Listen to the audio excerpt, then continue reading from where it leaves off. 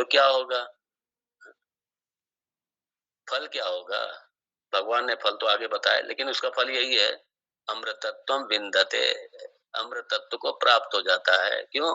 शरीर जो मृत्यु वाला था, इससे हट गए हम, और मेरे कभी जन्म नहीं है, मेरे मृत्यु कहां से होगी मेरी? तो मेरा जन्म नहीं है, मेरी मृत्यु नहीं है, मैं अपने स्वरूप में आ गया, तो मैं मरणशील मैं कहाँ रहा? मरण जन्म मेरा कहाँ रहा? मेरा ये सब, अब मैं अमृतत्वम, मैं यही अमृतत्व की प्राप्ति है। अपने स्वरूप को अमृत में जान लेना, मृत्यु से परे अपने स्वरूप को जान लेना, यही तो अमृत की प्राप्ति है। यही अमृत की प्राप्ति है, यही मुक्ति है, यही मुक्ति है, जन्म मरण से मुक्ति। तो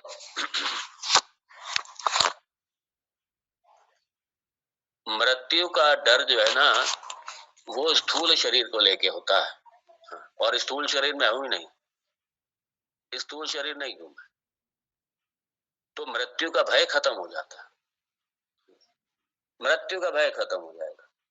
लेकिन अब ये ध्यान देना है, स्थूल शरीर से तो बुद्धि हट गई, आपको ये मृत्यु का भय खत्म हो गया, ठीक है, मेरी मृत्यु है ही नहीं। लेकिन अगर आपकी सूक्ष्म शरीर के साथ में यदि तादाद में बना हुआ है, बहुत ध्यान से सुनिए इसको, अगर सूक्ष्म शरीर के साथ में तादाद में बना हुआ है, मतलब ये तो पता चलेगा स्थूल शरीर नहीं हूं मैं, लेकिन नहीं नहीं मैं सूक्ष्म शरीर हूं मैं, अगर सूक्ष्म शरीर के साथ तादाद में बना हुआ है, तो जन्म मरण का भय ये बना रहेगा। ठीक है, ये देह तो चलो है मृत्यु वाली, देह मर जाएगी, मेरा ठीक है, मैं देह मर जाएगी, मुझे भय नहीं है। लेकिन अगर सूक्ष्म शरीर के साथ में है, तो ये भय बने, अरे अगला जन्म फिर लेना पड़ेगा, अगला जन्म फिर लेना पड़ेगा, क्योंकि सूक्ष्म शरीर तो आएगा। ये देह उसने छोड़ दी सूक्ष्म शरीर ने, तो जो अगली देह कौन सी मिलेगी, भगवान जाने कौन सी देह मिलेगी। तो अगर सूक्ष्म शरीर के साथ में तादाद में है, तो फिर जन्म अगले उसका भय रहेगा, अगले जन्म मरण का भय रहेगा, क्योंकि सूक्ष्म शरीर वही, ये देह बदलता रहता है, वही देह बदलेगा, कौन सा देह मिलेगा ये कर्म तय करेंगे, वो देह बदलता रहेगा। तो अगर स्थूल शरीर से अभिमान चला गया और सूक्ष्म शरीर में अभिमान अगर है, तो पुनर्जन्म, पुनर्जन्म ये भय रहेगा, ये भय रहेगा। और इसलिए मरण भय ये स्थूल शरीर अभिमान, और पुनर्जन्म भय ये सूक्ष्म शरीर अभिमान, पुनर्जन्म का भय रहेगा अगर सूक्ष्म शरीर में अभिमान है। और अभी मान लीजिए सूक्ष्म शरीर से भी अभिमान चला गया, हाँ, अगर सूक्ष्म शरीर से अभिमान चला गया और कारण शरीर में अभिमान है, मतलब अभी अविद्या का नाश नहीं हुआ है, अज्ञान का नाश नहीं हुआ है, अज्ञान का नाश नहीं हुआ है, अविद्या का नाश नहीं हुआ है, तो फिर अगर अविद्या है, अज्ञान है, तो पुनर्सृष्टि का भय होगा। फिर तीनों का अंतर समझ लीजिए, क्योंकि अगर अज्ञान है, कारण शरीर बना हुआ है, और कारण शरीर रहेगा कब तक, ये प्रलय काल में भी रहेगा, और प्रलय काल का मतलब अगली सृष्टि फिर होगी, फिर ही आएगा घूम करके ये, तो ये सृष्टि का भय भी रहेगा। तो और अगर सृष्टि होगी, फिर जैसे ये सृष्टि चक्र शुरू हुआ, फिर सृष्टि चक्र शुरू हो जाएगा। अगर अज्ञान बना हुआ है, फिर सृष्टि का चक्र फिर चलेगा, सृष्टि चक्र खत्म नहीं होगा, सृष्टि चक्र चलता रहेगा। कब तक चलता रहेगा? जब तक ये अज्ञान चलता रहेगा, अविद्या चलती रहेगी, तब तक ये चलता रहेगा।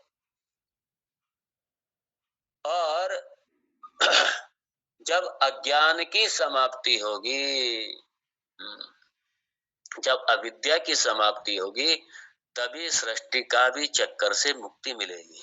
हाँ, तभी सृष्टि के चक्कर से मुक्ति मिलेगी। इसलिए अविद्या मूल यही कारण शरीर है। अविद्या यही मूल, यही कारण शरीर। और ये जब तक रहेगा तब तक मुक्ति नहीं है। हाँ, अज्ञान से निवृत्ति। और इसीलिए भगवान यहाँ पे बड़ा स्पष्ट कह रहे हैं लक्ष्मण को, स्वात्मानम पृथक स्थितम उपाधि भेदात अवधारयेत क्रमात्। इसलिए लक्ष्मण कोई जल्दी नहीं है, अपना आराम से इसकी विवेचना करो। स्थूल शरीर को समझो, सूक्ष्म शरीर को समझो, कारण शरीर को समझो, और इससे अगर मुक्ति चाहते हो तो इससे पृथक होना ही पड़ेगा। इससे पृथक होना ही पड़ेगा। दूसरा कोई हेतु नहीं है, दूसरा कोई उपाय नहीं है। और इसलिए श्रीमद् भगवद गीता में जैसे यहाँ का ना क्रमात्, क्रमशः, क्रमात्, धीरे धीरे, क्रमशः, इसी को भगवान ने, ये निधिध्यासन में हम कैसे जाएं, ये जो छठा अध्याय है ना, निधिध्यासन है वो। हाँ, वो सगुण ब्रह्म विषय का वो ध्यान नहीं है, मत समझ लेना। वो ध्यान अंत में आता तो है कि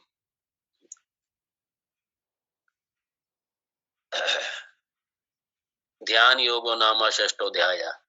वहां ध्यान योग मतलब वहां निधिध्यासन से है वहां पे।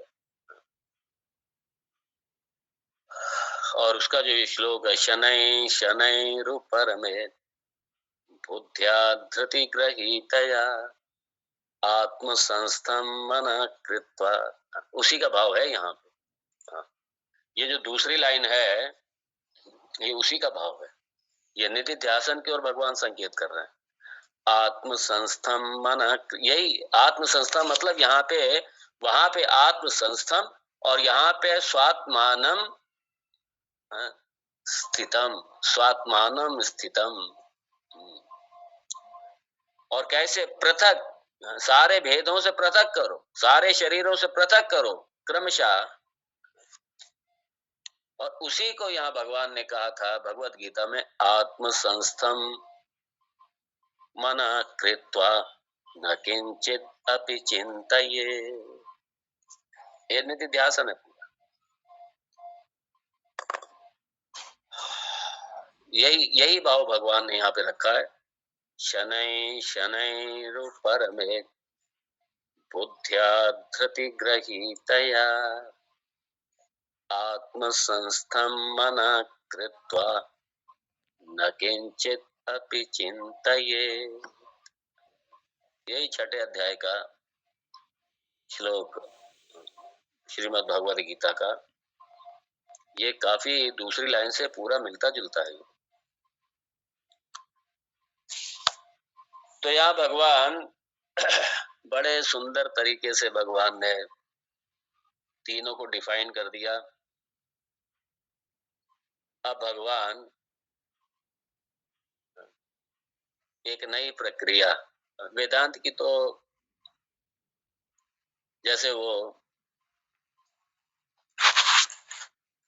स्फटिक पत्थर है, वो दृष्टांत दिया जाता है ना, जपा कुसुमम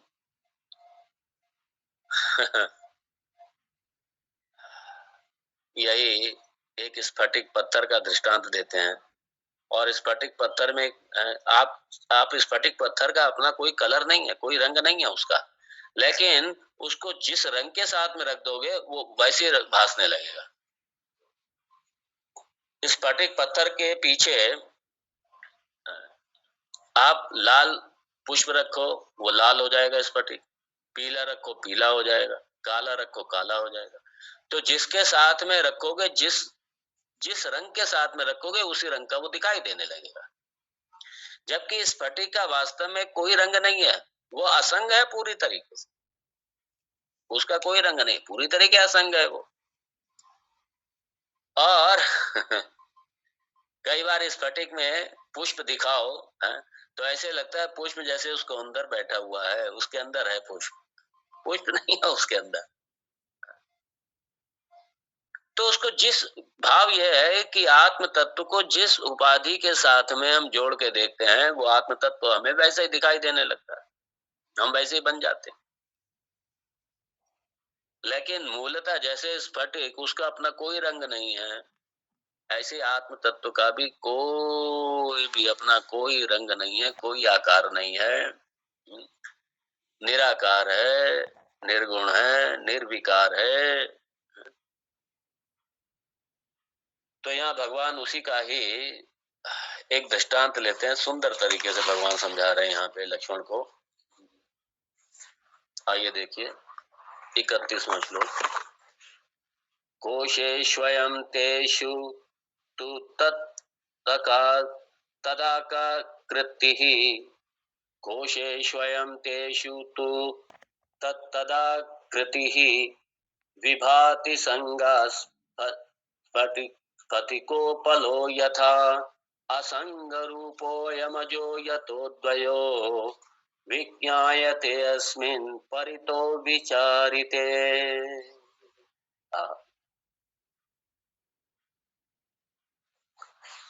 यहाँ जो पंचकोश है, कोशेषु, कौन से कोश? पंचकोश, अन्नमय कोश है, मनोमय कोश, अन्नमय कोश, प्राणमय कोश, मनोमय कोश, विज्ञानमय कोश, आनंदमय कोश। तो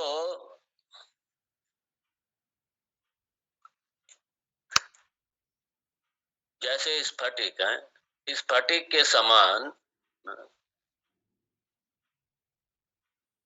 संगात, जैसे स्फटिक संग से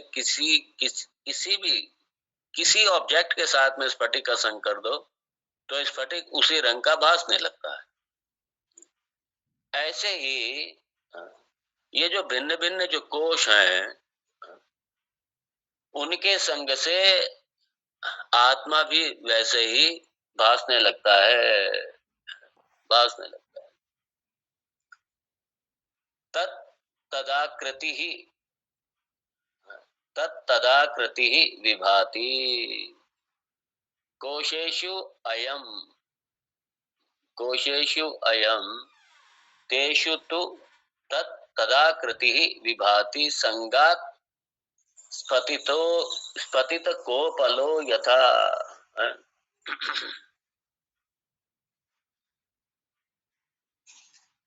इसको देखते हैं थोड़ा। एक तो समय हो जाता पता भी नहीं चलता।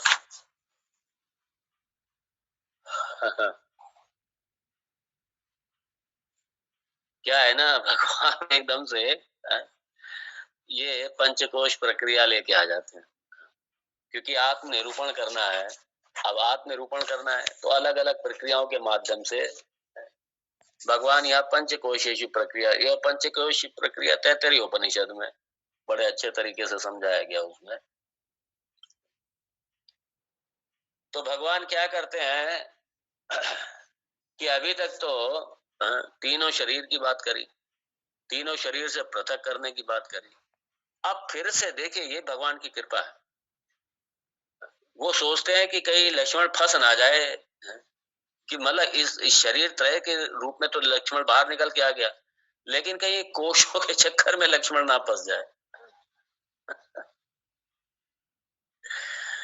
तो भगवान इसीलिए क्या करते हैं, इसलिए पंचकोश ये लेके आ जाते हैं। अभी तक उन्होंने पंचकोश की बात नहीं करी, लेकिन अब इस प्रक्रिया को लेके आ गए भगवान।